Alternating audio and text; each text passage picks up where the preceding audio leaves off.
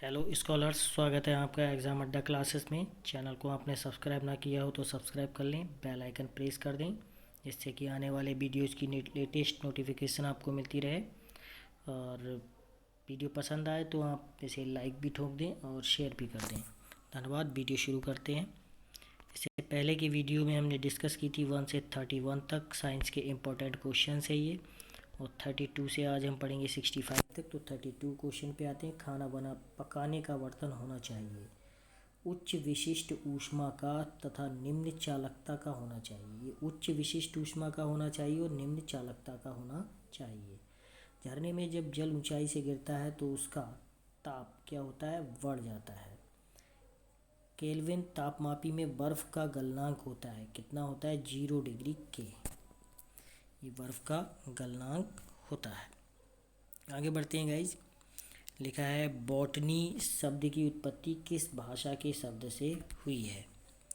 Guys क्या लिखा है? बॉटनी शब्द की उत्पत्ति किस भाषा के शब्द से हुई है? तो बॉटनी शब्द की उत्पत्ति किससे हुई है? ग्रीक भाषा के शब्द से हुई है। गाइज किससे हुई है? ग्रीक भाषा के शब्द से हुई है। आगे बढ़ते हैं। Question number 36। क्यूरी किसकी इकाई का नाम है? ये रेडियो एक्टिव धर्मिता की इकाई का नाम क्या है? क्यूरी है, क्योंकि मैडम क्यूरी ने इसकी खोज की थी। किस रंग की तरंग दैर्ध्य सबसे कम होती है? मोस्ट इम्पोर्टेंट क्वेश्चन है गाइज। तो बैंगनी रंग जो होता है उसकी तरंग दैर्ध्य सबसे कम होती है।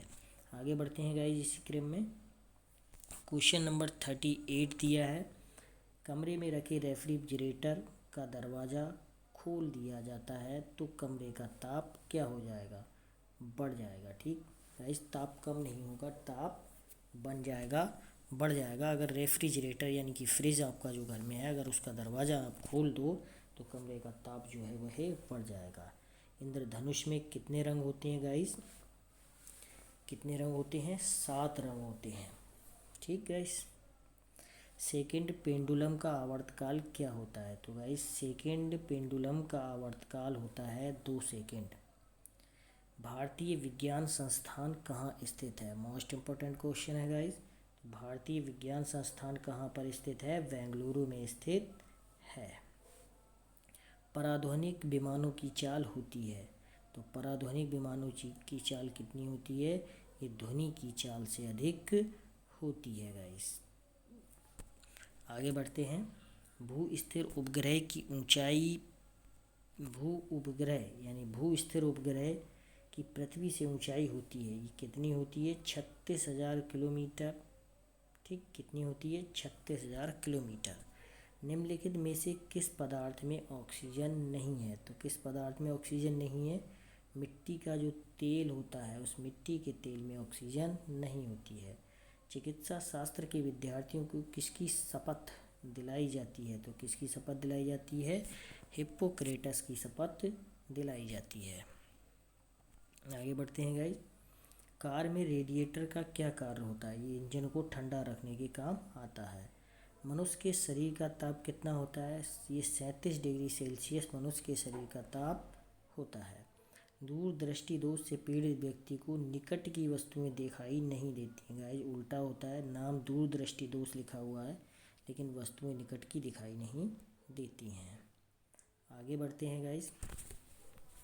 क्वेश्चन नंबर 47 के बाद क्वेश्चन नंबर 48 देखते हैं। इसमें क्या लिखा है? किताब के ऊपर रखे किसी लेंस को ऊपर उठाने पर यदि मुद्रित अक्षरों का आकार बढ़ता हुआ दिखाई देता है तो लेंस कैसा होगा? तो लेंस कैसा होगा? उत्तल लेंस होगा गाइस। किताब के ऊपर रखे किसी लेंस को ऊपर उठाने पर यदि मुद्रित अक्षरों का आकार बढ़ता हुआ दिखाई देता है तो लेंस कैसा होगा? उत्तल लेंस होगा गाइस। यदि किसी लेंस से अक्षरों का आकार छोटा दिखाई देता है तो लेंस कैसा हो जाएगा? तो अवतल लेंस हो जाएगा।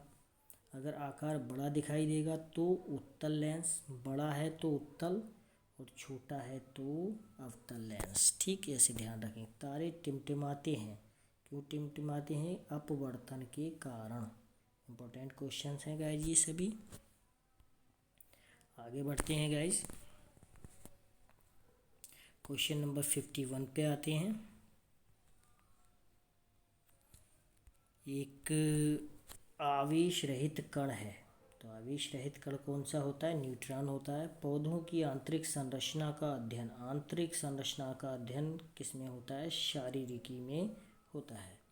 निम्न में से किस रंग का अपवर्तनांक सबसे अधिक होता है? तो किसका अधिक होता है? सबसे ज़्यादा बैंगनी रंग का अधिक होता है। स्वच्छ जल से भरे तालाब की गहराई 3 मीटर प्रतीत होती है यदि हवा के सापेक्ष जल का अपवर्तनांक कितना है? 4/3 है, यानी 4/3 है। तो तालाब की वास्तविक गहराई कितनी होगी? तो तालाब की वास्तविक गहराई कितनी होगी? 4 मीटर। आगे बढ़ते हैं गाइस।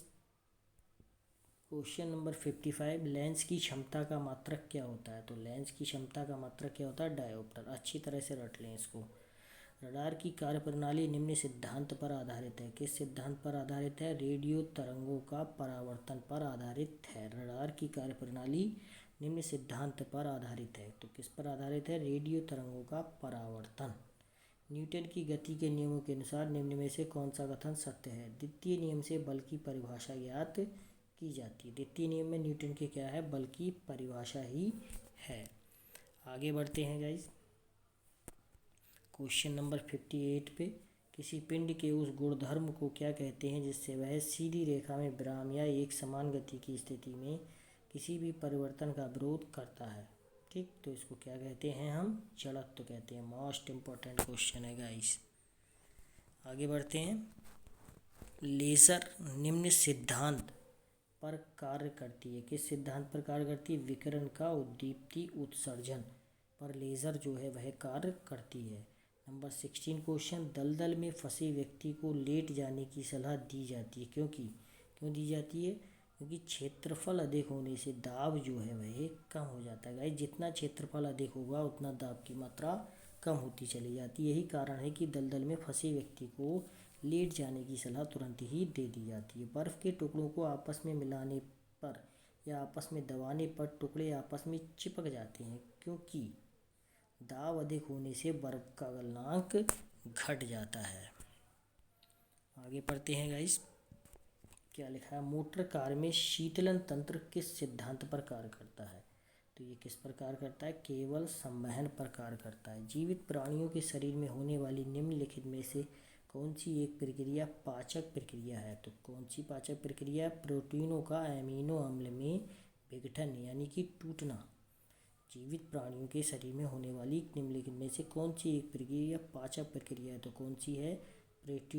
प्रोटीनों का अमीनो अम्ल में विघटन यानी टूट जाना प्रोटीनों का।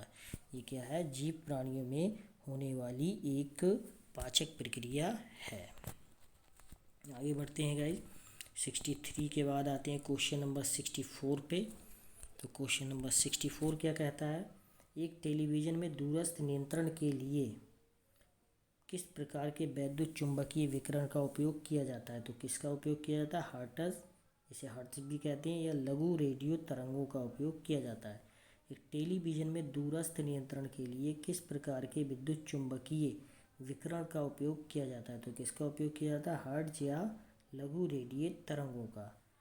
मीथेन जिसके वायुमंडल में उपस्थित है वह कौन सा गैस है? वो कौन सा ग्रह है? वह बृहस्पति। बृहस्पति ग्रह ही सबसे बड़ा ग्रह है और इसके ही वायुमंडल में मीथेन गैस उपस्थित है। आई होप गाइज आपको वीडियो पसंद आया होगा, और पसंद आया हो तो चैनल को सब्सक्राइब ना किया हो तो सब्सक्राइब कर लें, बेल आइकन प्रेस कर दें और ज़्यादा से ज़्यादा लाइक ठोकें और इसे वीडियो को शेयर भी कर दें जिससे और भी कंपटीशन की तैयारी कर रहे विद्यार्थियों को इसका लाभ मिले। धन्यवाद गाइस।